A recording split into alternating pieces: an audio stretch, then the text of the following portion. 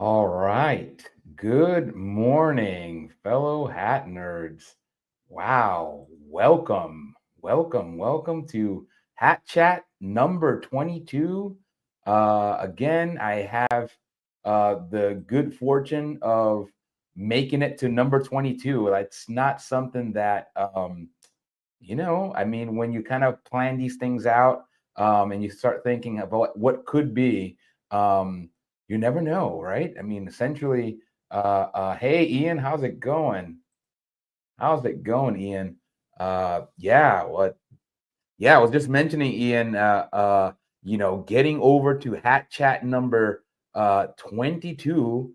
I just didn't think it was gonna get this we were gonna have these many shows this quickly, right? I mean, I had an idea, like I had the energy at the beginning to kind of think, hey, maybe I could do this daily. And I more or less have done it daily. Obviously, I took a little break when I went to you know, when I went to New York City to visit my friends and family. Yeah, glad to be here as well. I'm the same way. Even though this is technically my channel, like I feel glad that I have the energy to be here and kind of share with you guys. Um, as you kind of probably guessed. Let me see. Let me make sure that I check my messages only because, if you guys have watched yesterday, you guys know that Paul is going to join me on here. I haven't seen Paul join yet. It probably, if all I know, it's probably my fault, to be honest. I gave Paul a link, but like I said, remember, I'm still pretty new to the entire streaming process, right? I'm new to the streaming process. I'm new to StreamYard, right? So, I mean, I think right here, I'm going to see if I get that right. StreamYard should be, the logo should be right there. And I have the free, the reason why you're seeing that logo is because I have the freeware version of StreamYard. So basically what I'm going to do is maybe once I get monetized, again, I don't mind. That's a kind of cute looking duck right there. It looks like a duck with some headphones on. And, for the most part, all right. It looks like Paul said that he's backstage. Let me go and make sure that Paul has the right link. Um, one second. I'm positive that I gave Paul the wrong link. Let me just go ahead and message him. Let's see. Can you use this link instead? Oops. One second. Send and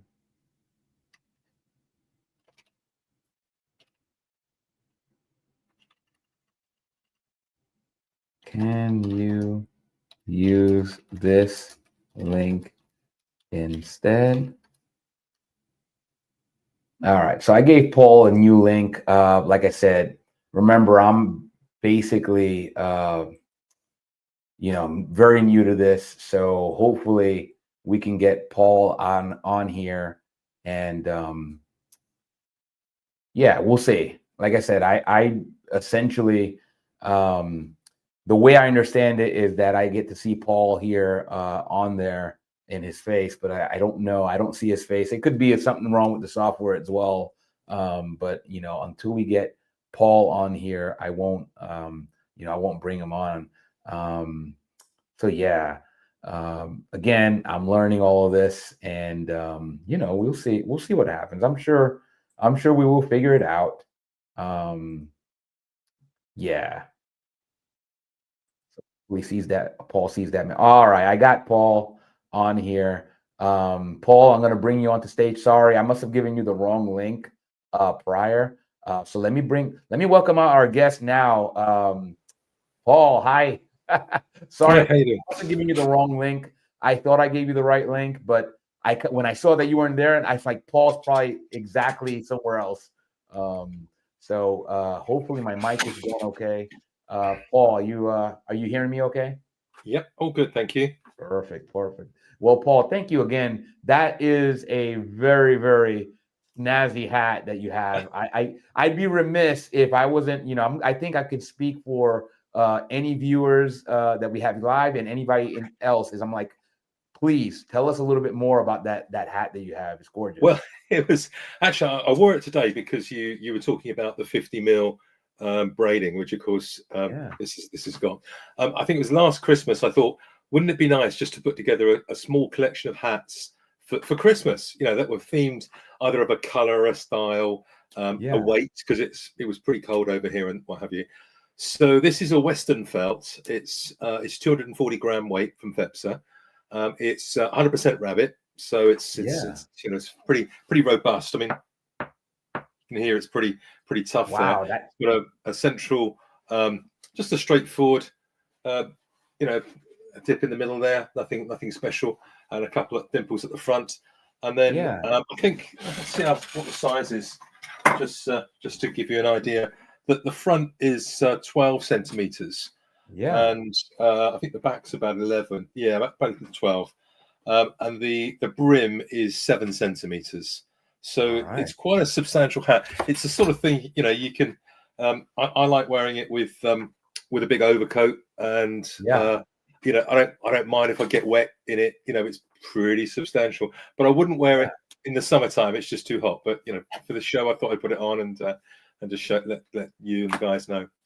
Yeah, well, I don't know what kind of weather you have over there, but as you probably gathered, I've been doing walks, and I can't help but notice that we are now moving into the fall weather, right? So now I feel a little bit more justified wearing the felts. And as I've shared, I wear them year round. At least I try to, right? Until like my profuse sweating will tell me, hey, you know what? It's time to remove the hat.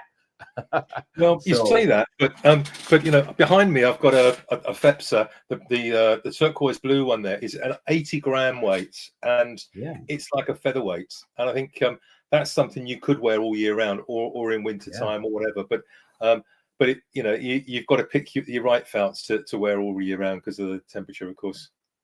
I'm so happy you said that, because again, that's the kind of knowledge, right? That I think for me as a consumer, right? I feel like a lot of my fellow hat nerds probably have picked that up along the way, but me myself, in my hat journey, I think I'm still kind of developing a new appreciation every day for the value of having different weights of felts. It's just not something that, I guess it could be just a function of my collection at this moment in time.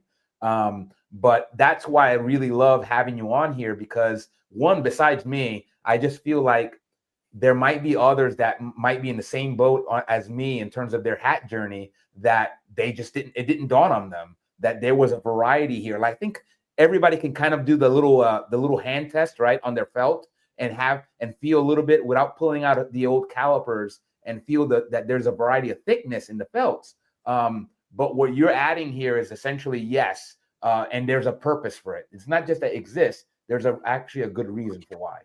Yeah, I think the other thing is that Borsalino have very lightweight felts, and they're absolutely stunning and beautiful, as do FEPSA. But I mean, what I like to do is put some of the shellac, which is this stiffening agent, which is basically a flaky shellac material with alcohol. Isopropyl is what I use, and then you paint that onto the hat. Now, what I'm going to do with this blue one is I'm just going to paint it on the actual brim of the hat, and not on the crown of the hat. Or if I put one coat on the crown, I might do, but it's just to give it some definition, because it's 100% beaver, so it's quite a lightweight, and it just needs that little bit more stiffening so I can get some definition in the actual brim.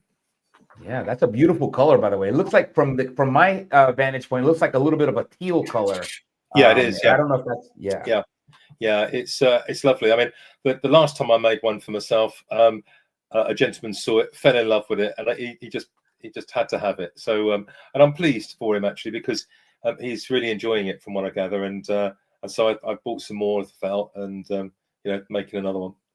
Yeah. Well, you know what? I mean, I'm going to just apologize to my viewers here, because I kind of jumped into this without even formally introducing Paul. But for those folks that kind of seen the channel already, you very well know who Paul is. but I actually put some of Paul's information here. Paul is, besides being a fellow hat nerd, he happens to be the owner of both the Passion for Hats YouTube channel, which I really, if you haven't checked him out, definitely check out his videos. And he's also a bespoke British hatter.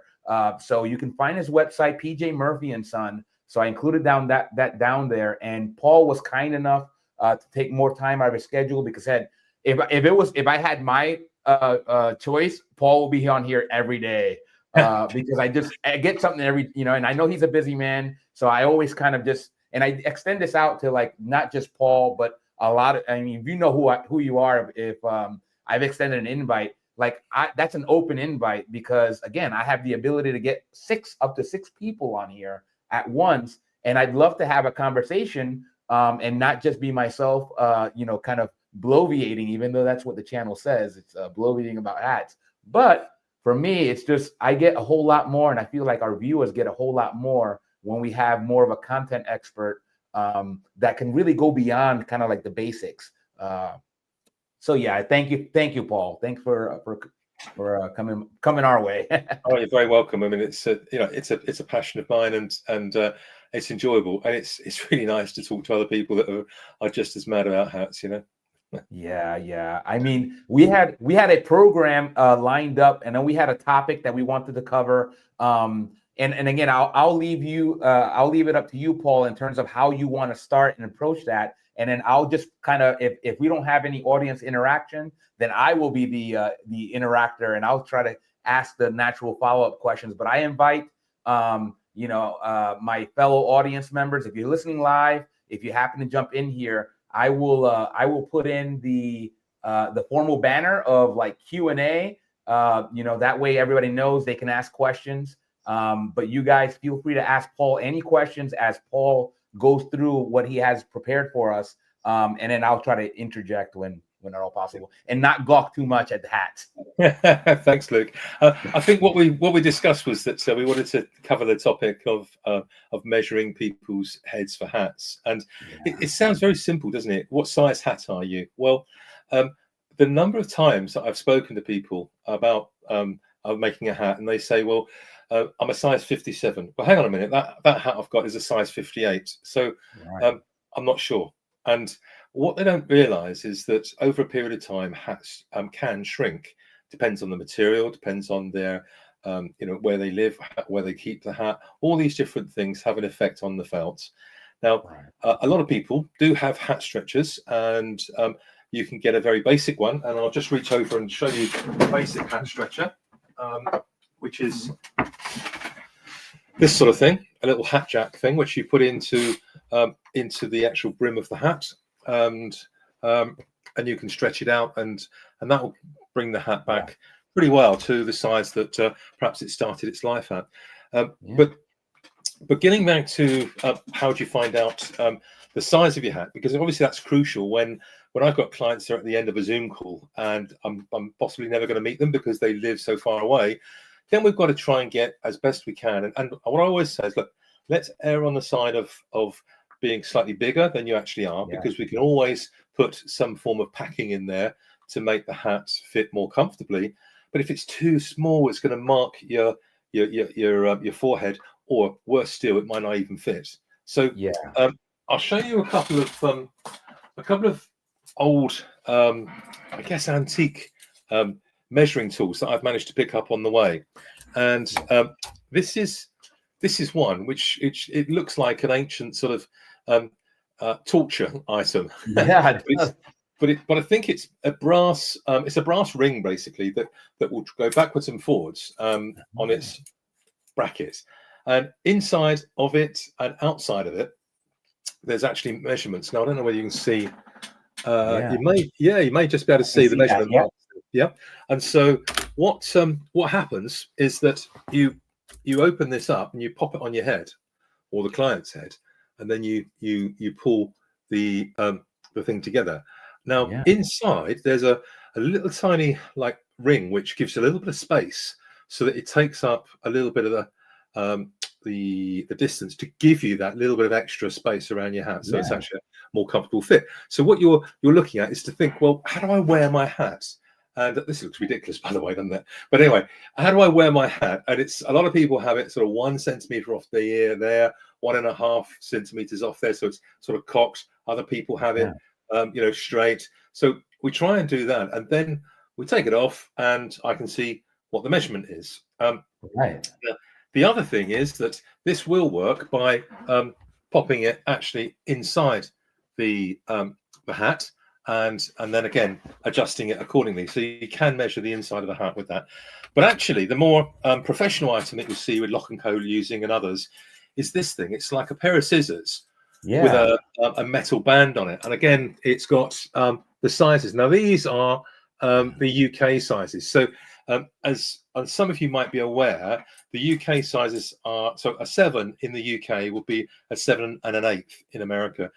So we always have to think about that. And then more recently, we've been looking at centimeters. So that's like a 58 centimeter or 57 in the case of 7, I think, size. And this is really just to measure inside the hat. So when I'm making a hat, at various stages throughout the build, I always sort of pop it in there and just press it out like that and just see what size it is.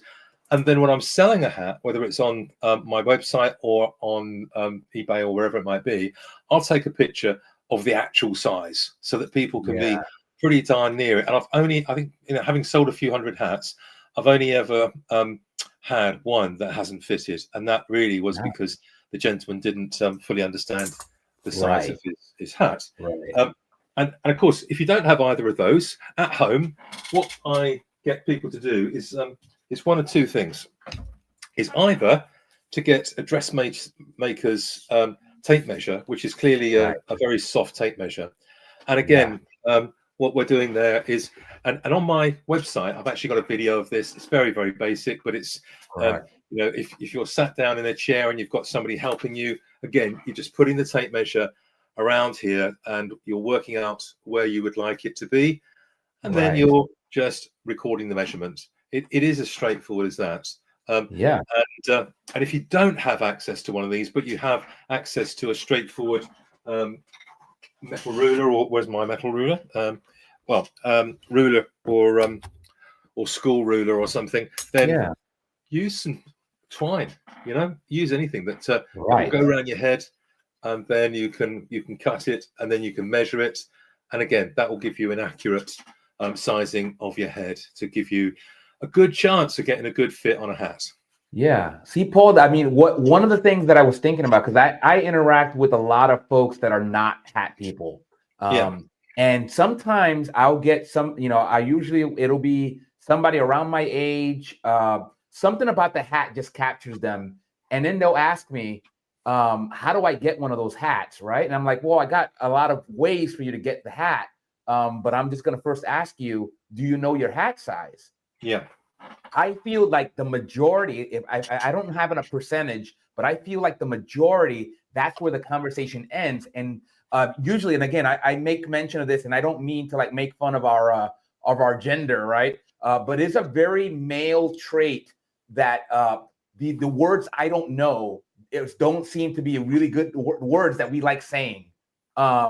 So usually what will happen is I'll say, do you know your head size? And maybe the conversation shifts to something else. And I don't mean it to be a conversation ender. I mean it to be like, oh my, this person's really interested. And I think there's a little bit of a shame. There's a little bit of an ego thing. And I can fully understand it because, I just also happen to kind of know a little bit about that, and I feel like it's a little bit of a shame that it's that it has that impact. And I've been working on trying to find a way around that, maybe not bringing that up right away. But the reason why that came up, this idea came about is because of those conversations. And at least now, this video, maybe it'll find somebody, maybe one of my friends that I had that conversation with, and it'll be a little bit more approachable because now it's not Luke, a fellow guy, that's asking you, do you know? And then you're forced in that, that circumstance to kind of say, either change the topic or just say, oh yeah, of course. And then you just leave it at that, right? I mean, if you look at the types of hats that are being worn in the marketplace, baseball caps and bucket hats and things are very, very popular. Yeah. And a lot of these hats have got self-adjustable mechanisms in them. And so Right. therefore, size of head doesn't really matter. You just pick one up, adjust the back, or it's got an elasticated back. Yeah. Other hats that are slightly up the range, if you like, they have small, medium, large, extra large. So you buy the appropriate size, and that normally covers about 2 sizes in the Right. hat size realm, you know. And then you get to a point where you're talking serious money for a hat. So you know, £100 upwards or something, and you really do need to know your size of your head, because Yeah. and the other thing, of course, is how you wear your hair, because you know, I've got a you know, my son, one minute he's got a full head of hair, next minute he's shaving it off, and it's like, whoa, you know, how am I supposed to keep track of that? And that floats between a 58 and a 59 centimeter head reading. So you know, all these things are a bit of a play, but adds to the fun, I guess.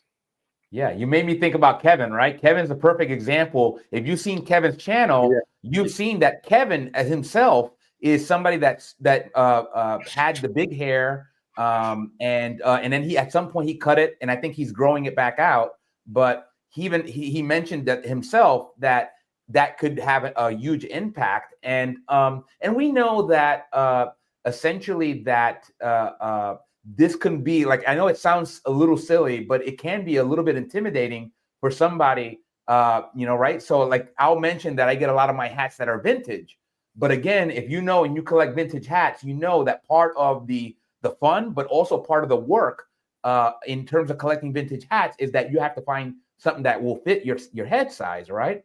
And there's a variety of different things that are in play. One is like the condition that it was stored, like Paul alluded to. Right. So we know that hats shrink. So the size that's listed on the label may not be the size that it currently is. And another thing is, essentially, we know that certain manufacturers may run large, they may run small, and that could be really intimidating to somebody that's not, maybe somebody like that's not me, right? For me, it's part of the fun, but for somebody else, it seems like a chore. And then, but the nice thing is that we have custom hatters, right? And they will run you a little bit more coin, right? So besides, if you want to avoid that, you can go to somebody like Paul or somebody like Kevin and get your exact size. You'll pay maybe a little bit more than you would if you were going to score a vintage deal. But one, you get to choose your color, you get to choose your style. You can get to work with somebody like Paul, who's an expert, and can actually guide you towards getting that hat. And like I mentioned before, the old adage, buy it right or buy it twice, right? Anyhow, I just want good points there, Luke. Yeah, I think one point that might be worth mentioning, which I've gone through myself when I've bought vintage hats before. I've absolutely fallen in love with the hat, but it doesn't quite fit me. And there are people like myself, and there are lots of other choices. So it's there are lots of people that are out there, and that was me. Yeah, what we can do is we can actually disassemble the hat, and so therefore take off the grosgrain band, take off the sweatband, put a new band, stretch the felt, clean it, and make sure it all falls within the parameters of what the client wants in terms of size and of crown and brim and what have you, and then rebuild it. And a lot of the time, you know, people in the hat trade have got they've got vintage grosgrain. I must admit, I only buy new because that's all I've got access to, and you know, we can rebuild it so that you can get a lot more fun. Now, the big question is it worth it? And I've put a video on YouTube on that, because I've done it for a few clients now. But and it's a very personal thing, because you know, you might have paid you know, 40, 50, 60 pounds for a vintage hat that's perhaps in okay shape but not brilliant shape. And then you know, I mean, I just as a guideline, I charge normally £40 an hour or a reduced rate for regular clients and so on, to actually work on a hat. So and it might take 3 hours, you know, so you might be looking at around £100 to disassemble and rebuild a hat. But you know, if you've got you know, I had a gentleman once that had a beautiful beaver hat that was you know, in need of a bit of love and care and attention, and he was really sort of emotional when it was done. You know, he just couldn't believe it was the same hat, and It fitted better. It looked fantastic actually, and Yeah. yeah. So please, so there is another option there when you've bought a vintage hat. But then if you look at what you paid for the hat, what you pay for the rebuild, then you come on to what you were saying about, do you actually get somebody like myself or other people to build a hat for you?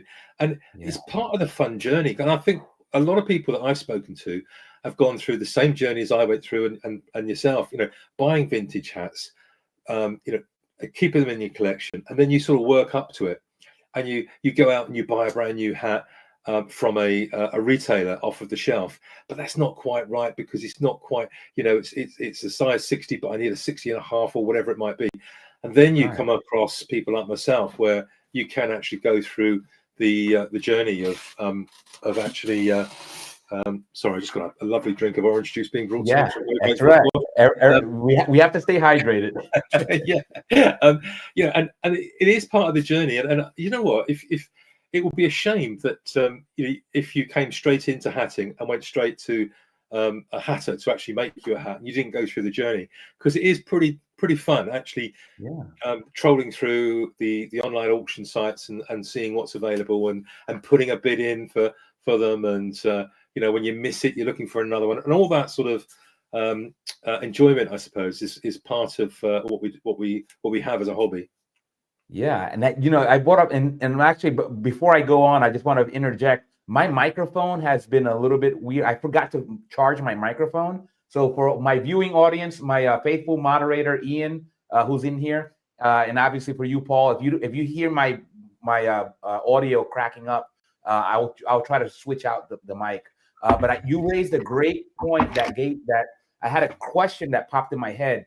Have you ever run in, Paul, into the situation where a customer's hat was too small to do something like stretch it out? And is there an easy way for a customer to tell, or for you to tell, before they actually ship you a hat to stretch it out?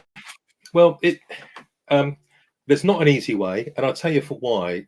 Because a lot of vintage hats, as we said the other day, and for anybody that's watching for the first time, a lot of people pick up their hats by putting their finger in the crease and just taking it off their head like that.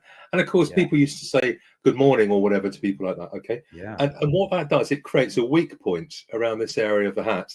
And I've seen many a hat that's actually got either a weak point or it's gone through at that area. Now, once a felt has got a hole in it, it's very difficult to do anything about it. Now, you can put some embroidery over it, so you could embroider a little design or something, hand embroider or whatever, but it sort of changes the character. If it was a formal hat, it would change the character totally, and it's just not the thing to do. So there is that as a challenge. The other thing is whether the felt is able to be stretched. There is a risk, and what I would say is that when you're stretching felts, you do it with two ways. One is with pure steam and brute force over the block, and the other is where you immerse the felt in water so that it's absolutely soaking wet, and you then put it down. Now, it tends to be that I'm a big sort of 110 kilos, let's say. So I'm pretty heavy to put down and stretch the felt. So that works for me. But when you're getting onto a Western felt, it can be quite difficult to do that, and so therefore you need the water. Now, if you've got a vintage hat, then and you strip it all down, you could soak it and you could delicately stretch it over. But I mean, if it was a 6.5 and you wanted to go to a 7.5, you'd have a bit of a trouble. You've got to be sensible about how much you stretch it, really, and do it at the owner's risk. But the times that I've done it, and it's not been many, it's probably been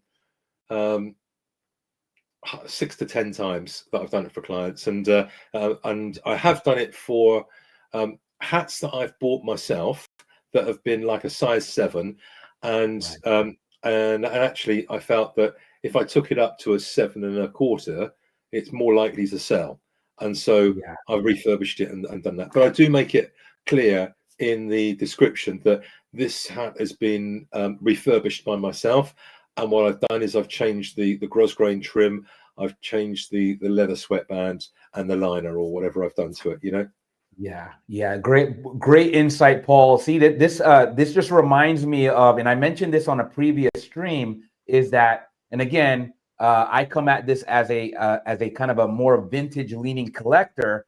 I kind of, in the way I deal with this personally is, again, and I mentioned I have my Stetson Bowler from the 1930s. I consider this kind of one of my redemption finds, right? So the reason why is I had a chance to get a really beautiful lock bowler hat probably about a year ago. It would have been my first bowler, but the hat was way too small.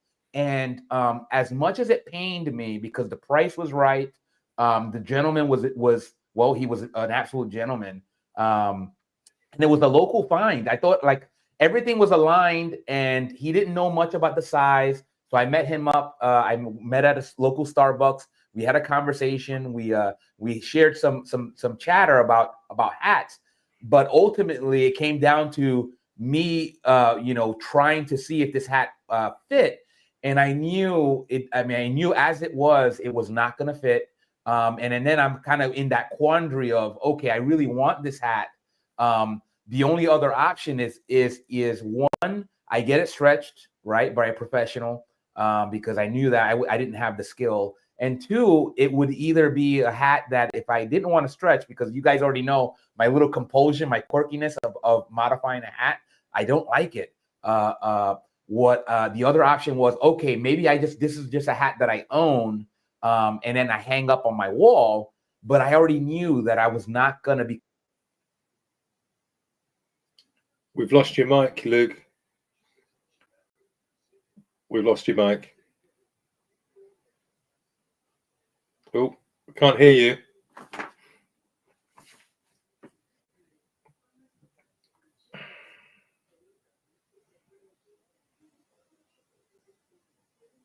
Are you guys hearing me now? That's better, yeah. Okay, all right. So I'm just gonna have to play a little, game with my mics, musical mics. But yeah, this one might fade out later as well. But yeah, I don't know where I was, where I got cut off at, but essentially, this hat I knew was way too small. And then I was faced with those two choices, which are stretch the hat, which I knew I didn't want to do, or two, buy the hat and then don't wear it, which I also knew I didn't want to do. And then ultimately, I had to kind of just apologize to the gentleman and say, I just think this hat will be better off in somebody else's collection. And then you have to kind of make that uncomfortable decision sometimes of maybe this hat just belongs in a different home on a different head. So that's how I deal with those issues. But again, the nice thing is, like, Locke still makes hats. We have access to so many different sources. And you never know, right? I ended up finding this one, and it was a 7 1/4, and it was again, like I said, my redemption hat. The universe somehow shone a gun, and managed to let me get that bowler that I was so longing for. So cool. So yeah, Paul, I will turn it over. You already gave us some really great tips. I know that you had more that you wanted to share. I think it was about the stitching process, but I will let you know. Maybe I'm stealing your thunder here. Yeah, thanks for reminding me, because I was still there on your bowler. So yeah. No, you can do whatever you like, Paul. However you want to segue. No, we were talking about the stitching on of a sweatband, which, I mean, the sweatband's there to do, as it says, to keep the sweat from your head away from the felt, and really to enhance the comfort of the hat. Now, there are two different types. One is a material type, usually a stretchy material these days, made of a synthetic material, and then there's the leather. And the leather sweatbands themselves, I mean, I buy some from the UK and some from America. The ones I buy from America are much more the traditional type. In fact, I'll lean over and show you one. Right. And just grab one out here. And what I mean by that is that they have on the back here this trim. Now, this trim houses a piece of what looks like fishing wire, and it's to give the hat a bit of stiffness and definition around the break where it goes from the crown to the brim. and that's already stitched on by the actual supplier. And this one's about a 2-inch, so this one's quite a lot deeper than the ones we have in the UK. Now, there is a lot of us hatters will stitch these in by hand, and the process that most of us will use is that we will cut the end off this, because as you can probably see, that's at an angle, and that's no good to join the two up. So, so what we do is we cut it off there. We then take out the twine, and there's a connector, a brass connector that I connect here, cut the twine down, and then connect the other end up, and then we stitch it through here on a machine, and then put a little bow in just for show, to be honest. But so that's the easy part, if you like, of making a sweatband up. In actual fact, it's a chicken and egg. Do you measure the inside of the hat and make the sweatband for the hat, or do you actually make the sweatband for the size of your client that you're making the hat for? And I make it for the client, so that I can then steam the hat if I need to get the hat to fit the sweatband. I'll come on to perhaps another time I come on and talk about how we actually do a custom hat and how we build the wooden template to then actually steam the hat to get it to a nice fit, because it's quite interesting to find that out. Anyway, so once we've got that connected up here, we've then got to put it inside the hat, and there are a couple of ways we can do that. And first of all, we do what's known as a basting stitch. So we pop this inside the hat, and then we actually put dress pins in, so that we actually secure it, so that the actual top of the sweatband is just poking just over the top of the actual felt of the hat there.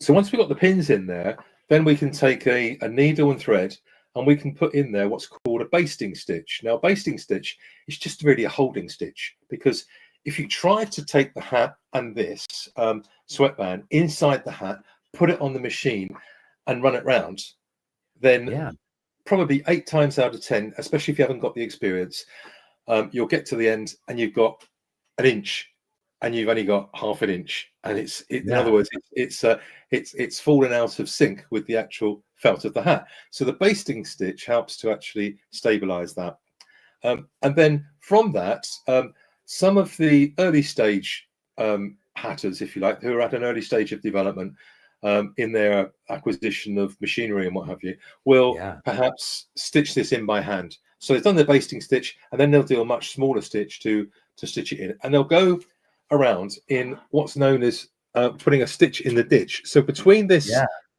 black line there, which has got the twine in it, then there's a gap between that and the leather, and that's the ditch. And so what they do is they stitch it in the ditch. Now, and that's absolutely fine, but obviously it takes an awful lot of time. And actually, I'd say it takes about an hour to do, just under an hour, 45 minutes to an hour. And that's absolutely fine, and it will stay in there. It's no problem. I'm not degrading that at all. And I did it for quite a while that way. But that's one way of doing it. Now, the other way of doing it is actually having the basting stitch in there still, and then having an industrial sewing machine where you can still stitch in the ditch. Okay. Yeah, I love it. And that is a much more even stitch, and usually an industrial sewing machine will take a pretty robust thread, and so you can get a pretty strong adhesion, if you like, to the felt. But you do see the stitching on all of those methods. Now, the best method is where you actually take the back of this and you flip this over, and you actually put it in the hat, and you actually stitch the this is actually like a PVC, if you like. You stitch through the PVC to the actual felt, and then you turn the leather over, so you actually don't see any of the stitching at all. Now, to do that, you need a sewing machine with a very big arm to be able to get the hat within that area. And they're made by a company called ASM, which is it's a copy machine, if you like, of I think it was a Singer going back years and years. I'm not sure. I think it's called a 107. And they're quite difficult to get in the UK. And to give you some idea, I think they're around £4,300 plus our local taxes, VAT. So it's quite a big investment. Myself, I've got an industrial machine which which does other things as well. But it's still like £4,000 for that machine. So I can do that, but it's quite difficult to do. So I tend to stitch in the ditch myself. Yeah. So those are the sort of three different ways that you can do it. So by hand, by a general machine, and you know what, you could probably do it using a Singer sewing machine with a bit of patience, and obviously a full ASM machine, which I aspire to get, but I think it might be a few months before I go out and buy one of those. Yeah, well, my immediate question, Paul, and I'm going to speak for all the guys here, right? You talked about stitching, and I don't know about my fellow guys here, but I'm somebody that knows nothing of stitching. So when you say the word stitch, I'm automatically thinking, okay, maybe my grandma could do this, or maybe my mom, right? I don't mean to be gender biased here, but I think in terms of intimidation, and I already mentioned we guys don't like admitting that we don't know. But I'm happy to be one of those exceptions. Is there any insight that, in terms of like your background, like did something in your background allow you or gave you confidence that you'd be able to do stitching? I just wanted to, I'm just curious. It's a very good question. I think not really. Well, I'll tell you what, the last time, my wife keeps reminding me of this, the last time I did some stitching, I was about 18 years old, and I embroidered some designs on a pair of jeans. And I mean, look, back in the 70s and 80s, I was the man, or at least I thought I was. But looking back on it, it was pretty bad news. Okay, so since then, I've had a very accommodating wife that's actually done any stitching that's been required. So no, I haven't done any. But now I'm the proud owner of, I think, three sewing machines. So I've got a traditional one, which I bought from a factory that had been running. This machine had been running every day since 1850 up to year 2000, and that is an amazing machine. In fact, I think, have I got it here? Hang on. Right. Yeah, I thought that looked, Paul. Oh, okay. I don't know if that's a grill behind you, but it looked like a Foreman grill behind you. It's a grill, and I'll tell you for why in a minute. But that's the machine, and that's and it still works, and I used it when I first started, which is a great little machine. But in all fairness, I watched a number of videos. I cursed a lot, and I failed on many occasions. And I'll tell you for why. It's to do with things like the stitch tensioning and the stitch sizes and the material thickness. And it's only when you try these things that and I didn't know. But now I'm learning. I would say that I'm nowhere near the level of people like Hornscoff and Hufford and others. I wouldn't even dreamt to know their knowledge. But they've been kind enough to share videos on YouTube, and people like myself can pick up things from that. By the way, that there is when I get a very stubborn felt, then I put the felt inside there and the steam inside. So I've got two steamers. I've got an iron steamer, and I've also got a jiffy steamer. So we can put steam in there and just leave it. It's like a steam bath, basically. Okay. Yeah. All right. So I'm glad I asked that question, because probably my fellow hat nerds knew, but I confess many times that I don't steam. So a lot of these contraptions, when I saw that, I'm like, wow, Paul's got a good setup there. He can cook some burgers or something, throw some something on there while he's working. Yeah, no, good call. I think my wife and I are just we're just decorating at the moment to sell this house, because I'm coming up to retirement, and we thought it was going to be okay, but with my hats, I need more space, and so we're gonna go and find somewhere that will enable me to have a much bigger area, and then I'm going to set up all the different workstations, and then I'll be able to show and do studio shots, and it'll be a lot more informative of the process, and hopefully a lot more enjoyable for myself, and also for anybody that would like to have a look. Oh, that's fantastic. And one thing I mentioned, because I know you mentioned that you the process with your wife, it sounds like, did you have an easier time convincing her of allowing the purchase of the stitching machines because she had I don't know. You can choose Well, not to share, yeah, I mean, in all, I guess the way I went about it was that I made money off of the sale of yeah, the vintage hats, and I didn't set out to make money on the vintage hats. I bought a vintage hat thinking it was going to be my size. It was too small. Had to rebuild it, and then I found that by the time I put a bit of steam from the kettle on it, shaped it up. I seem to have a bit of a knack of shaping the hats, which I didn't really understand, but I did. And then I put it on to eBay, and I was managing to get 3 times what I was paying for it. And I thought, well, that's huge. okay, so let's put this money into an account, and we can buy some more hats. So my wife Yeah. won't moan because I'm, using my, our money to buy more hats. And so it sort of blossomed like that. And then, of course, I had a significant amount of money, so I went out and bought, secondhand equipment first of all, and then new equipment. So, I mean, things like just stamping my brand inside the leather sweatband. The machine to do that is nearly £2,000. So you're talking somewhere about eight to £10,000 if you buy new equipment to set up a studio. But the other thing, of course, is the actual the felts themselves. I've probably got 120 felts in stock, and I guess they average about 40 or 50 pounds each, because that blue one there is 150 pounds. Yet the to just the felt, and then this one is probably about 30 pounds, 40 pounds. And so when you multiply that up, I've probably got 5,000-6,000 pounds worth of felts, and then 50, 60 hats that are already made up. So it's very surprising how the whole thing sort of snowballs. So I would encourage anybody to not get overwrought by the thought of being a hatter. Just have a go. It's great, and have a go.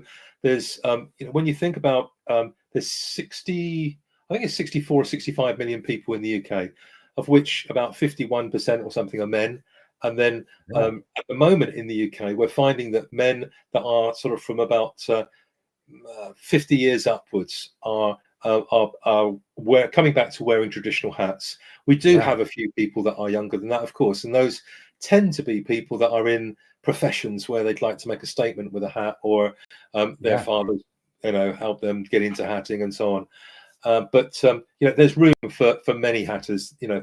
I'm certainly not protecting my space. I just want to welcome more people into it, to be fair. Absolutely. And this is one of the many things I appreciate about you, Paul, because we had that conversation last time about the trade secrets. And I don't, again, I'll mention this again, I don't begrudge a lot of the hatters for wanting to protect but I'm just glad it's offset by, like I said, who knows where PJ Murphy would be if we didn't have a Hornskull and a Huff Bud that were so open. That way they could expedite your process, right? They could go and take their learnings, expedite your process, and then you are paying it forward. And I think that's a beautiful thing. And it's something that should be lauded. I just like to focus on the positive, right? We know that we have our curmudgeons, and just folks that are not about the community as much as they are about their own situation. But that's just life in general. But what I like to focus on is the folks like yourself, like Kevin, like Hornskull and Mikhail at Huff Bud, like that. They have that ability and that inclination to say, you know what, I know I'm in business, but it's my duty, as somebody that loves this that loves this hobby, and to be able to teach, right? It's like each one teach one. And I think it's just a beautiful thing. So good on you for paying it forward. And basically for my fellow guys out there, Paul is very much a success story. So Paul gave you tips, right, on how to manage this process. If you have a loved one that's not necessarily into hats, right? Paul basically gave you a blueprint for how you could approach this, right, in a stepwise fashion, right? You don't need to go 0 to 100 right away. You can essentially go stepwise, like Paul described, and be able to reinvest into this so that you're getting better equipment. You're getting more, essentially building up to where Paul is now. And maybe, who knows, maybe at some point even surpass Paul because you got expedited. And like I said, if I had to imagine where Huff Bud and Hornskull were at your stage, Paul, in terms of number of years, maybe they essentially cut down the number of years for you to get to you where you're at. And then you could do the same for somebody else. I think that's the beauty in all this. I think it is. I mean, I'm mentoring a couple of hatters at the moment, youngsters, and I mean, I think what happens. We haven't spoken about this before, but one of my other businesses is actually business coaching, and so I help people having had a number of businesses and developed a number of successful businesses. I want to give something back in this part of that journey. And what I would say is that people go into business because they're passionate about whatever they're doing, whether they're an electrician, a builder, or a computer expert, whatever. Now, and hatting is exactly the same. But what they really don't realize is that actually to run a business successfully, you need to be able to actually run the business. And so you've got you've got the sales, the marketing, development of the brand.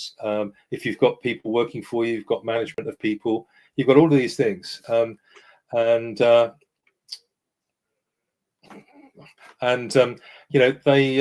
need to take all of that into consideration, because what you ultimately find is that you can get to a point where maybe 40% of your time you're actually managing the business, because you're dealing with clients, you're putting together quotations to build a hat, you're putting together a pro forma invoice for them. You're having conversations about the process.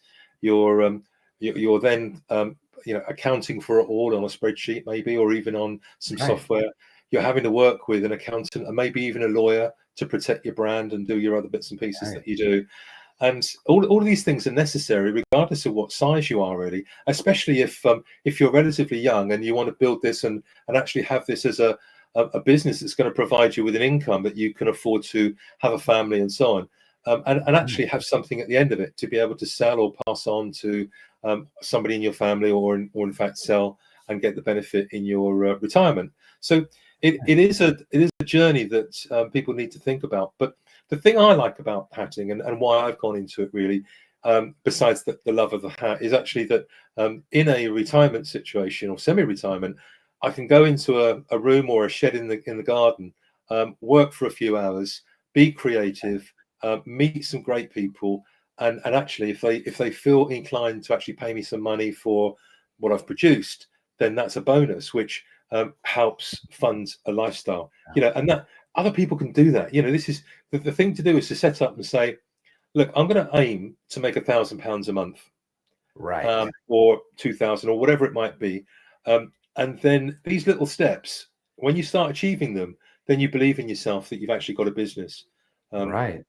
So it's an interesting journey that people start on, and we see a number of smaller hatters coming to the fore and using social media channels to promote their products and services.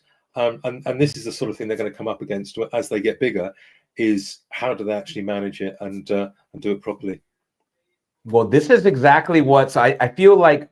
Besides obviously hatting, Paul and I definitely, if you've seen my show yesterday, where I talked about John Kavanaugh, and again, John Kavanaugh, depending on who you ask, I think a lot of people have heard of Stetson, but Kavanaugh is another name that's probably, for me, probably just as important. And somebody else might say, well, duh, Luke, everybody knows John Kavanaugh. But, I do these things not for the hardcore. Like, I do these things for the person that's like, I don't know who Kavanaugh is. I've heard of Stetson, but what's Kavanaugh?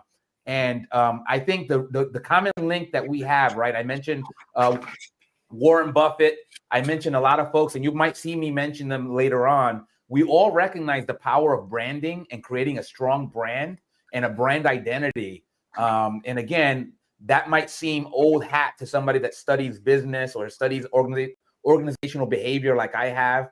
But again, I mention these things only because they're passions of mine: organizational behavior, and hatting, and a variety of other things, right? Obviously watches, but there's such a commonality about that in the power of brands, right? The power of a brand to outlive the creator of that brand. And Kavanaugh was just another fantastic example in our field, in our hobby, of one, he recognized the power of branding, and he aimed to create a brand, right? A conglomerate of brands, right? He was a collector of brands. very much like Warren Buffett is or was, right? He started off as a collector. He wanted all these great brands and to create some, right? Like See's Candy, Geico, all Coca-Cola, all these are known brands that were great before Warren Buffett acquired them, but will be great even after Warren Buffett's no longer with us. And that is the reason why brand and branding is so important. And I geek out over it just probably almost as much as I geek out over a fine hat, because it's so powerful. So Paul, thank you. I mean, besides being a hatting brother, you are a fellow brother in the appreciation of brands and the power of branding. I didn't get any other questions, but I do have one other question, Paul. You mentioned about sweatbands, right? One thing that it kind of goes hand in hand in terms of appreciating the varying levels of quality of felts. Did you find that you had to do something similar with identifying a quality sweatband for your customers? Yes. Yeah. I mean, I think those in the know might have heard of a leather which is referred to as rowan, which is like a sheepskin type leather, which is very soft. And there are various levels of leather being used in sweatbands, and of course, with various levels comes various price points. And the dilemma I'm in right now as a hatter of the volume that I'm in, and the fact that I'm just very small, is that do I go out there and invest in hundreds of sweatbands and get them made specifically for me, or do I actually buy off the shelf? And there's varying qualities of this leather, and in fact, the ones that I'm now buying from America are very, very nice, and in fact, better than the UK ones. The UK ones are okay. And I've got them in several of mine hats, and they're absolutely comfortable. And also with a sweatband, when you start to perspire and the natural oils come from your head, especially if you're challenged like myself, the leather actually gets quite soft and becomes more pliable. And of course, your hat will start to form to the shape of your head the more that you wear it. So all these things come into play. But I would love to get to a point where, and this is very interesting about materials actually, that with people like Hornscough and Hufford, they just use beaver felt most of the time, or a mix.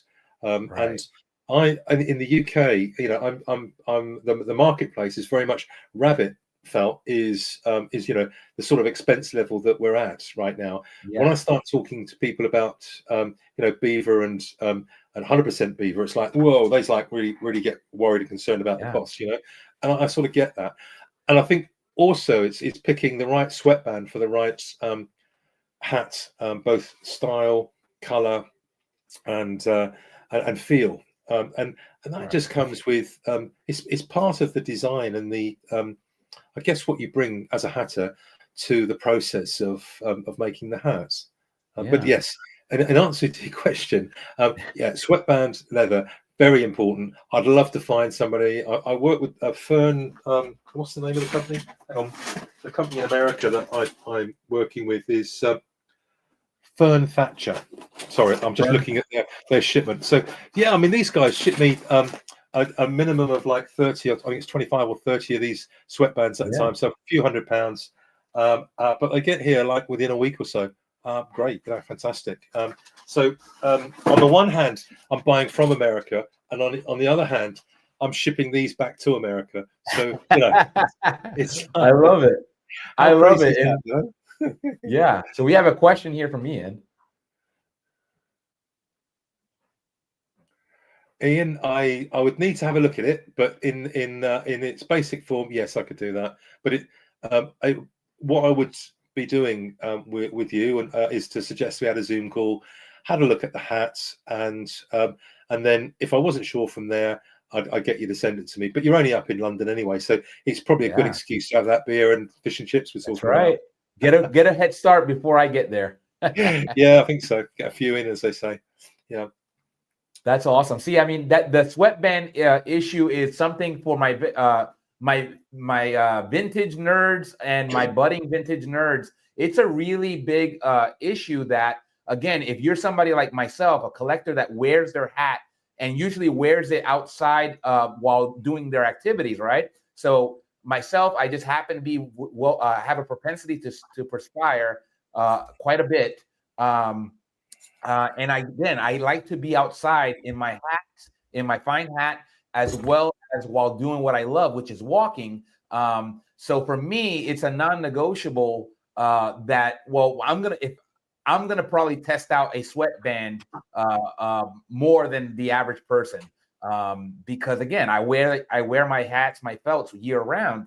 And what I've noticed, even within brand, I mentioned a Dobbs Hamburg that I sold to a gentleman in Utah, and we came to an agreement on price. And then I snapped extra photos of the sweatband because that sweatband just happened to take a beating and started to crack on me. And again, I don't think I overdid it.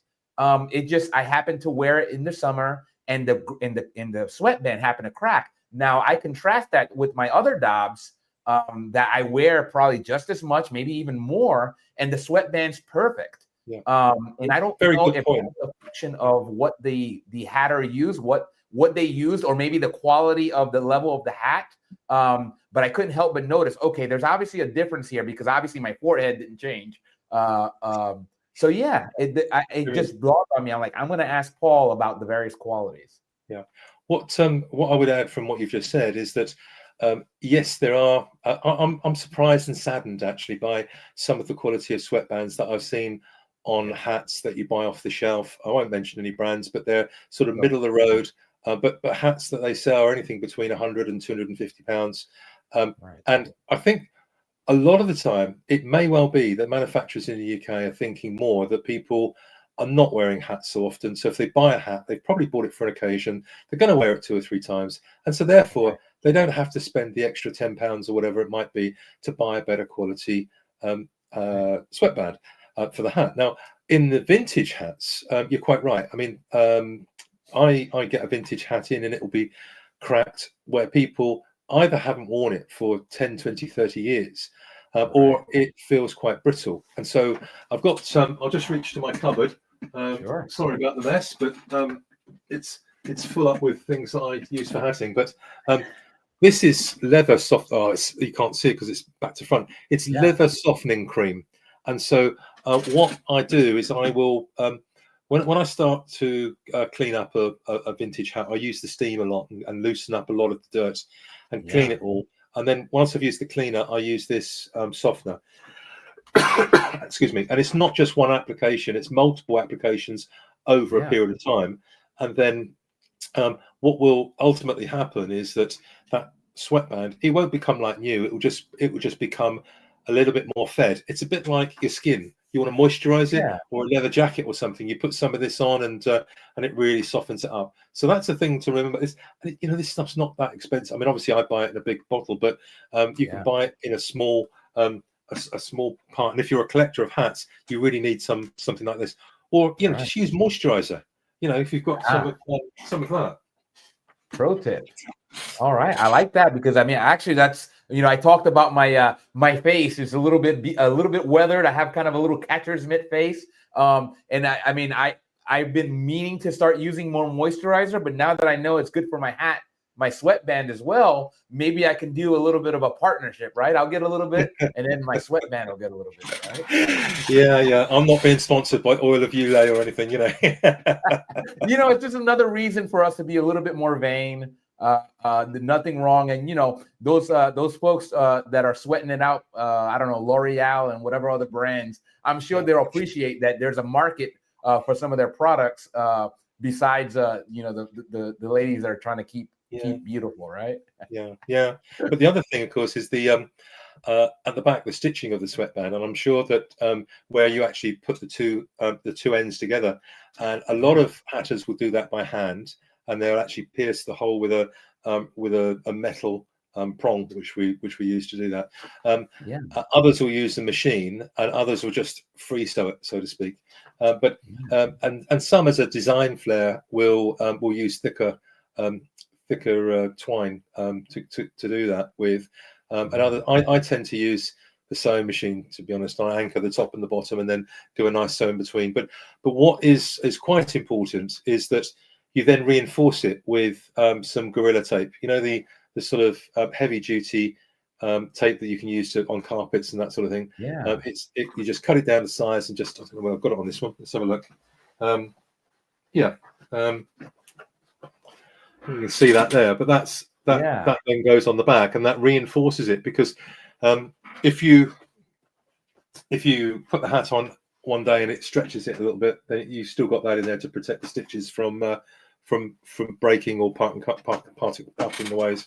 Yeah, you actually just reminded me of a question about trolley cords, because we got it. Me and Morgan happen to share a love of the trolley cord. And one thing I might have mentioned in a past stream is the fact that a lot of obviously the trolley cord, and hopefully I'm using the right term. I think it's trolley cord. I could be. I know that it's gone by various names, but essentially that cord that you see on a lot of hats that was functional essentially it lied in function in that it kept you. You had the ability to unwind it and attach it to your lapel, so that it didn't blow away. I think I've just got one. I'll go and get one and show you. Hang on. Okay, perfect. Yeah. No, that's great. Oh, great. I'm glad I remembered to ask about this. Here we go. This is a Borsellino. And that's right. It's a Borsellino Alessandria. It's a size 60, so I think it's my size, which is rather nice. And there's a cord, and if you can see the little button there, what happens is that the cord is a stretchy cord, and it's actually stitched inside of the hat. And these days, it's more for show rather than function. Correct. But, and there's a little tiny return on the cord, so that you can actually put the button through it and it will stay in place. But the idea was that you took that off and then you put it through the buttonhole on your jacket, so that if your hat got blown off because it was a blowy day, then it wouldn't go tumbling down the street. And there are quite a few hat makers. I don't do it, but or I haven't done it anyway. But I think people like Hufford and Hornscoff, they do. As an extra cost, they will put one of these onto the hat for whoever they're making the hat for. Yeah, and I guess my question, Paul, and again, I don't know. You mentioned that you haven't added those, but the reason why I brought this up was because I'm glad you mentioned it.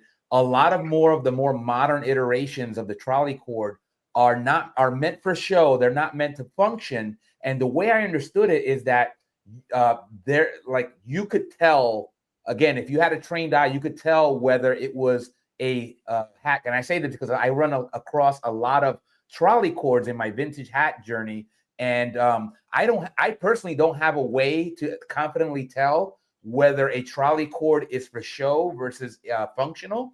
And I guess that's my question. If you don't know the answer to that, Paul, maybe one of your peers could opine on how does one tell? Like how would Luke tell if one of his vintage hats had a trolley cord that was for show versus that could fully function?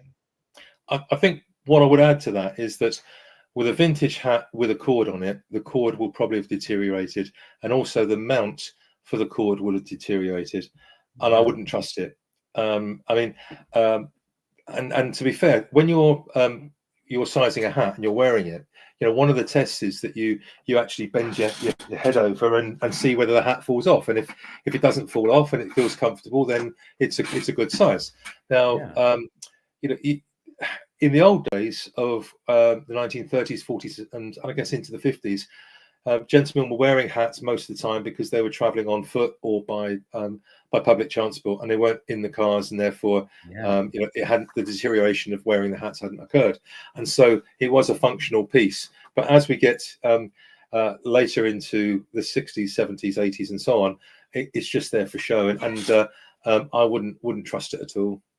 Right. No, that's actually a great tip. That's something that I've never actually used, and that's why I'm just confessing. I've never actually used the trolley cord the way it was originally intended, but I do know that we have a lot of hatters, hat collectors that, again, they really relish the yesteryear, and they might decide that they want to go ahead and unwind that cord and wear on their lapel. And I just wanted to make sure, like I said, felt like a duty to my fellow hat nerds to say, hey, make sure that you're not being too there's not too much hubris there, right? Yeah. I think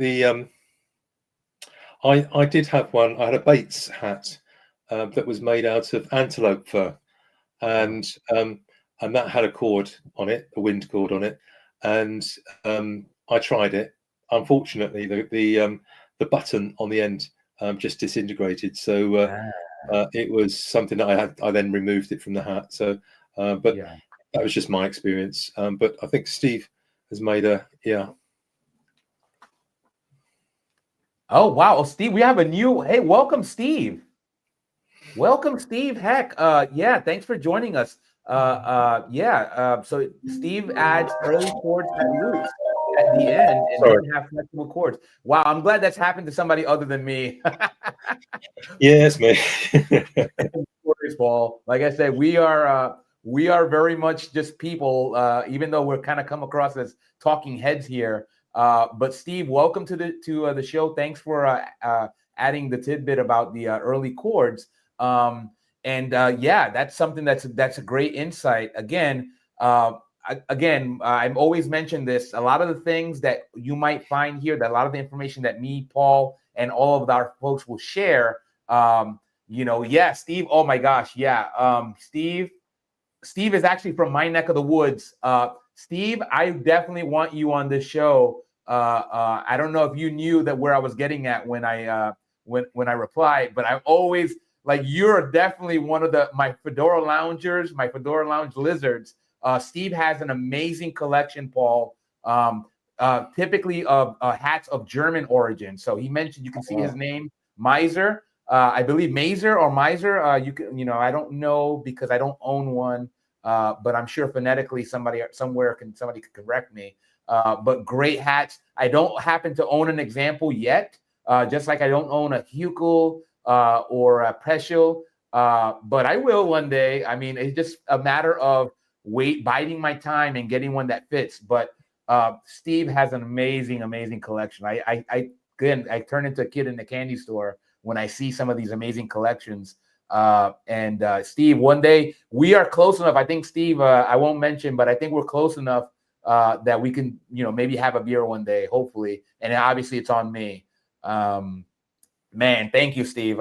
You made my day by joining joining the stream. Essentially the way I describe this is that a lot of the things that I hope a lot of the benefit, right? Like we talked about the what's in it for me. Oh my gosh, you already made my day, Steve. Thank you. A part of what the rationale for those folks like that might just join us, and because I advertise this channel on the Fedora Lounge.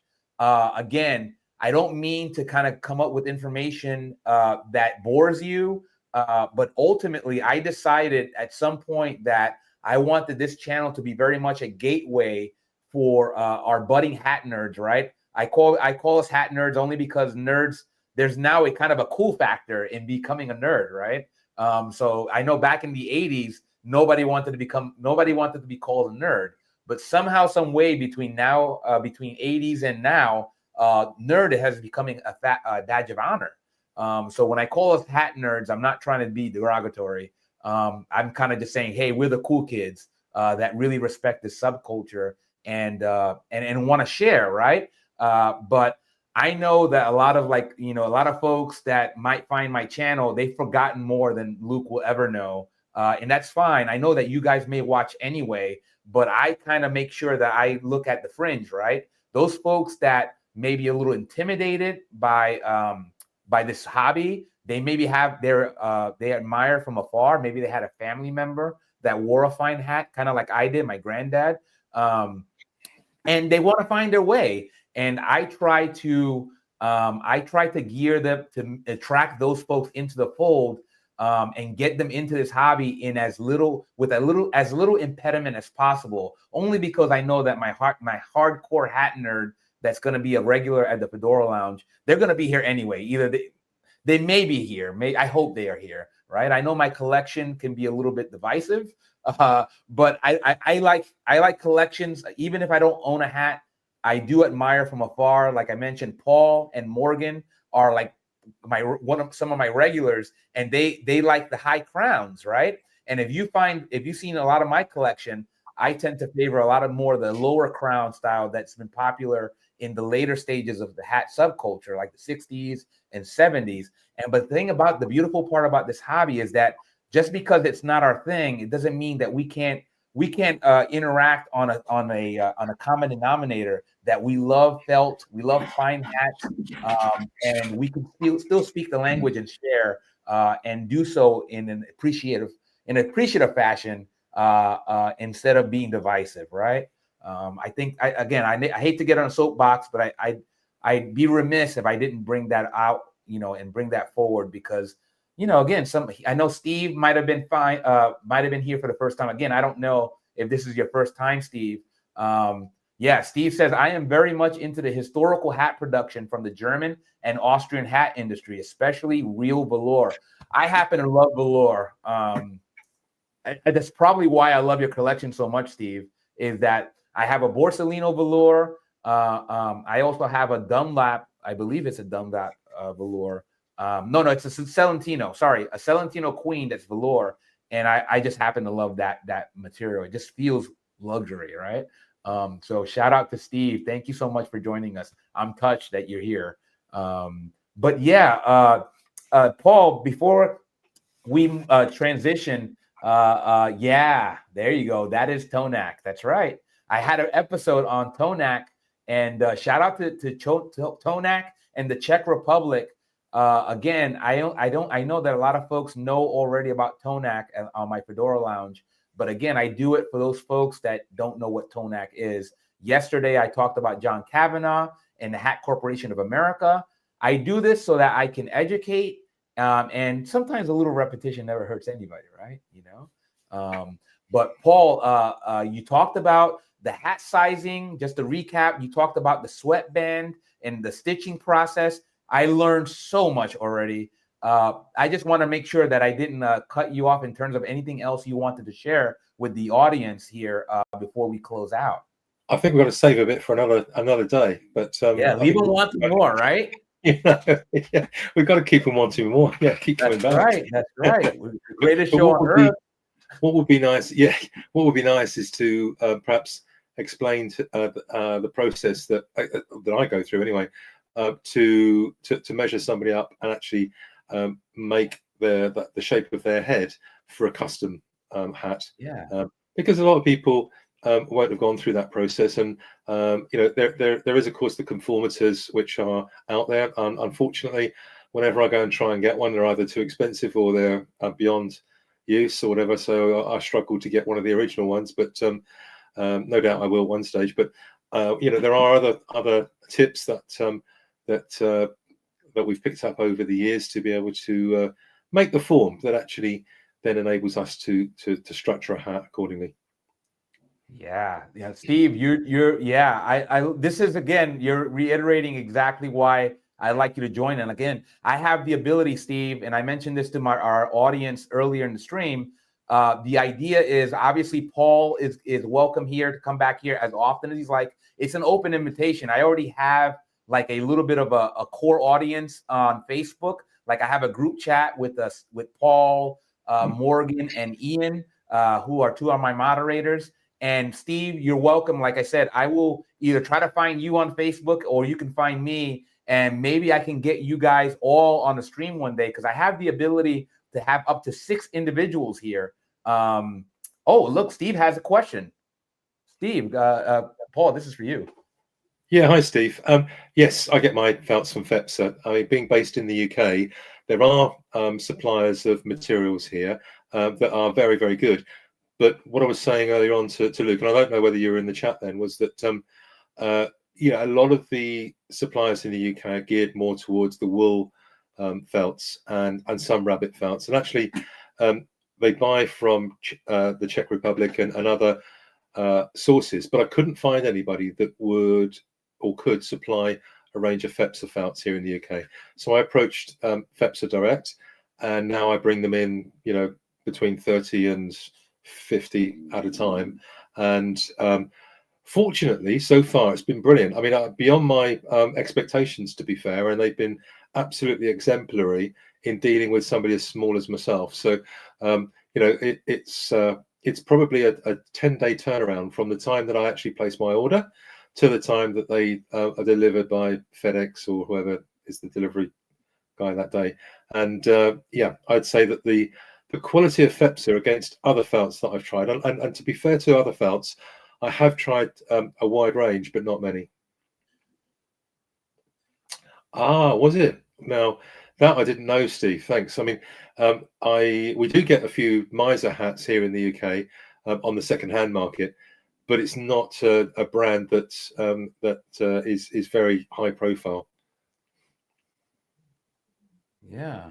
Well, there you go. Like I said, Steve, keep the questions coming. Like I said, if you have more questions or you have anything you want to share, definitely now's the time. Again, I think we can all agree that we will be here probably to the who knows, the cows come home, for lack of a better term. Talking hats. But like I said, the nice thing is that Paul already has the wheels turning for the next show, and I just see this growing. Like I said, I'm trying to get, and I know I've probably stepped on a few toes along the way, and I don't mean it.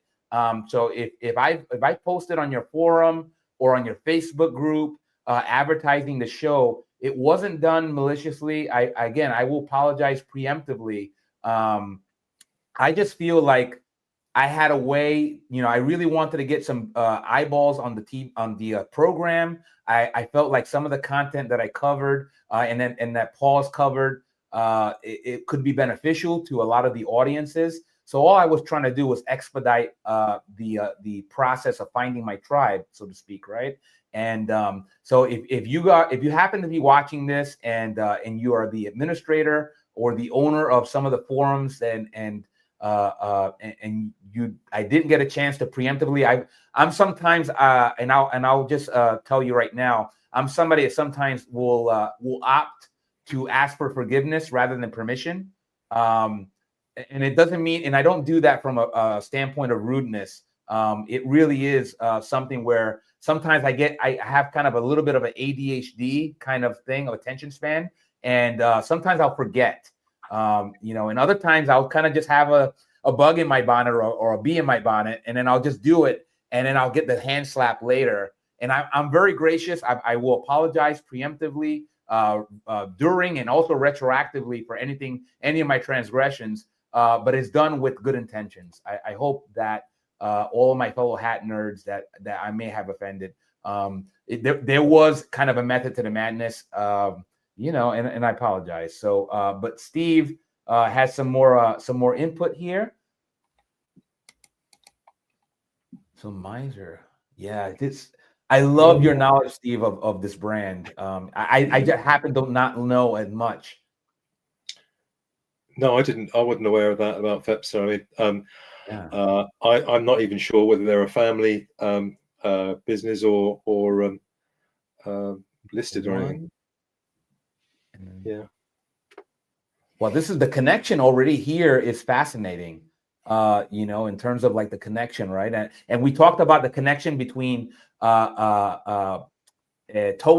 and Borsalino, as well as Christie's, as well as Selco here in the United States, right? So again, for those that might have not seen that show,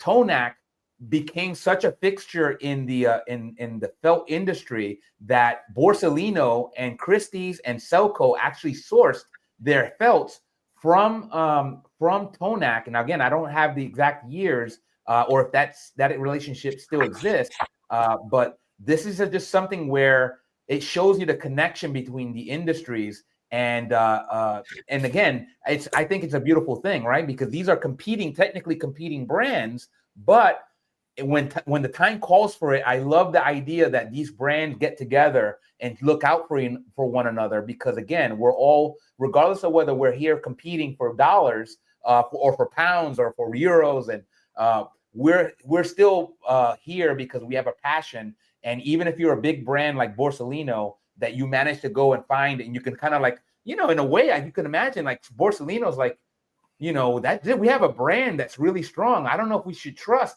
somebody else to supply us. But it goes to show you the quality that Tonak was putting out, that Borsellino felt, you know what, we can do this because we have to meet our demand from our customers. Then Steve adds, all hat companies were nationalized after World War II as Tonak. That's correct. So a lot of the Germanic, so what Steve is getting at is a lot of the Germanic players in the Czech Republic, Czechoslovakia. So we're talking about Hukel and Pescher. Those were brands and families that had German roots, but established themselves in the Czech Republic. And then once the communist regime, right after World War II, I believe it was 1949, those brands were essentially confiscated from those families, right? Again, and regardless of how you feel about that, that's what actually happened. And those families, essentially, those brands were nationalized, as Steve adds, after World War II and became what is known as Tonak. And again, there's a lot of sadness in history, but regardless of how you feel about that, that's just what happened, and we kind of want to study history. Steve, I see you going off. This is why I want Steve on here. Again, I know not everybody likes, right, Novodevichin. I talked about that as well. Steve, hopefully you can go and review my video on Celentino when I profiled my Celentino Queen, which has ties to Tonak. And only because I know Steve is kind of a history nerd. I think we're all kind of at least junior history nerds, right? We have that old adage that those who fail to study history are doomed to repeat it, right? And history doesn't repeat itself, it often rhymes. Those are two famous sayings, and I think that I hold them near and dear to my heart because, again, as a junior history buff and a lover of all things hats, when they combine, I become, again, another kid in the candy store, and I want to learn more. And I feel like Steve has so much more to offer, and I think it'll be complementary to the expertise that Paul offers. And if we can get all three of us nerds on a call together, I think it's going to be that much better of a show for our listeners and for those that might find their way, if not to the live stream, but will find it, right? So part of the allure of this is that once I hit the end stream on this stream, YouTube will upload this video, and then any future hat nerds, right, will essentially be etched in history. As long as Google and YouTube is around, our videos and our content will be enjoyed by maybe future hat nerds that, you know, maybe will take up the mantle later on to keep that cycle going for this beautiful hat hobby that we love. Steve is like, Tonak survived because it had the Eastern European market. Yeah. Again, I don't know. Paul has been somebody that has opined on like the various levels and weights of felts. And I felt like, again, I use the term, I was like, pun intended, pun not intended, but the little field test, right? When I talked about it earlier about how for me, there's like two things that I look for, right? It's like when that thickness of the felt, when I put my fingers, right, without using a caliper, I can kind of pinch the felt a little bit and see. The other, and Paul talked about it earlier, is that plushness, that pliability of the felt, right? I think for a layperson like myself about the felt game, that's something that as a collector, you know the difference. You kind of know how a Borsellino when you feel it, because the Borsellino, like I only have one, when you squeeze that felt, it was very plush, it's very pliable, and it will hold, right? Because I'm somebody that doesn't seam their hats. I like to dry bash, right? I'll do like that karate chop center bash, and a Borsellino, I knew right away that I was like, I like this. I'm able to do the karate chop, and it stays that way, you know? And if I want to do the little two front dents, I'll do that, and it'll stay that way. But some of my other hats don't have that quality. It doesn't mean that they're bad hats. It's just they're different. There's difference. And again, that's how I came to know about came to appreciate the various levels of felt. But the nice thing is that we got an actual hatter like Paul here, who actually knows, is like, you know, is probably still learning, but knows a lot more than he probably already forgot more than I will ever know in terms of felt. But again, this is what I'm hoping to build here. And Steve, I hope that I get you to join Again, even if you just do what you're doing now, Steve, and just share some of your knowledge, because I feel like it's going to benefit all our viewers, past, present and future. And, again, even if we never grow, I feel like we will. We have been, right? Well, I'm already at like 36 subscribers or something like that. And I know that sounds like nothing, but for me, like, it's already been a success. And just the fact that I'm able to sit here and do this stream with Paul, I'm touched. I'm honored. Steve says it's hard to match top vintage felt because of the production process. Yeah. I don't know. Again, Steve, I don't know. I don't know a lot of that. I kind of know a little bit because I come at this from the vintage game. I do know that a lot of our Fedora Lounge lizards only do vintage, and maybe that's the reason. I don't know. Again, I only own one custom hat, right? I own a D-Bar J from David Johnson over in Las Vegas, and that wasn't custom made for me, but I am working with Paul currently on my first PJ Murphy and Son hat, and that will be my first custom hat. And I will eventually buy one from Kevin, and I'll probably buy a Huffbud, and I'll buy a Hoskoff, only because I want to support. We owe it to ourselves. Like, if we have the inclination and we have the income, we owe it to ourselves to support our fellow hat makers and our hat brands, because if we don't do it, they're going to go away, right? We already talked about Hat Corporation of America. They went away, and well, I hate to see that happen to somebody, a great brand like Stetson, or a great brand like Borsalino or Christie's or Locke. Again, they've lasted this amount, doesn't mean they will continue lasting. If we don't support them, then we can't expect them to last. Ian says, when I lived in Germany in the 80s, many people wore their national costume daily to work. That included a fine fur hat, mostly green. Wow, I didn't know that. You just basically gave me the information, Ian. I know green is a popular color. I didn't know that it was essentially kind of like a uniform. That's what I'm reading from this. Wow. Yeah, and we got Steve here adding a little bit more. I know about vintage felt making process. I love it. Like I said, Paul is kind of more dealing with the current manufacturing. I'm a junior vintage nerd, right? But I don't, like I said, somebody like Steve, I know his collection already by reputation, and he's held in high regard, and for good reason. He's a bastard of great knowledge, and that's why I want to bring here. Like, I want to bring all the aspects of the process, and create a community, because I learn from, like, me being selfish, right? I learn, and if you guys enjoy it too, then we're gonna do it, because, well, I want to do it, right? And I have the ability now to do it. So Paul, I don't know if you had any more to share, but you know what? Maybe we'll leave them wanting more. What I want to do is first thank Paul, who took. Paul's a busy man. Besides Passion for Hats, and besides PJ Murphy and Son, which I recommend checking out both. Hit him up with a like and subscribe if you haven't already done so. But I have his information here scrolling at the bottom. Definitely support Paul in whatever way you can. And I also want to thank Ian, one of my moderators, as well as Steve Heck. Steve Heck is, Steve is a machine. Look at that. He's like he's like like a Terminator with the information. I love it. Again, Hamburg hats were popular into the 1970s in Germany and Austria. Shout out to Germany and Austria. And I believe it's the Tyrolean hat, right? Like that style. It looks kind of like a trilby, but it has a look. And again, that's one of those styles that I don't currently own yet, but I know and I admire from afar.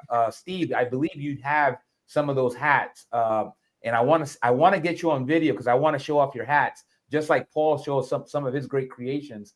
Again, I become a kid in a candy store. Again, even if it's not something I have in my collection, it doesn't mean I can't have it in my collection tomorrow, right? That's the nice thing about hat culture and hat collecting is just like we as people never stay stagnant. Neither, our collections become a reflection of us. And, again, I couldn't think of something more boring than to stay stagnant as a person. And certainly my collection will not stay stagnant. So shout out to Steve.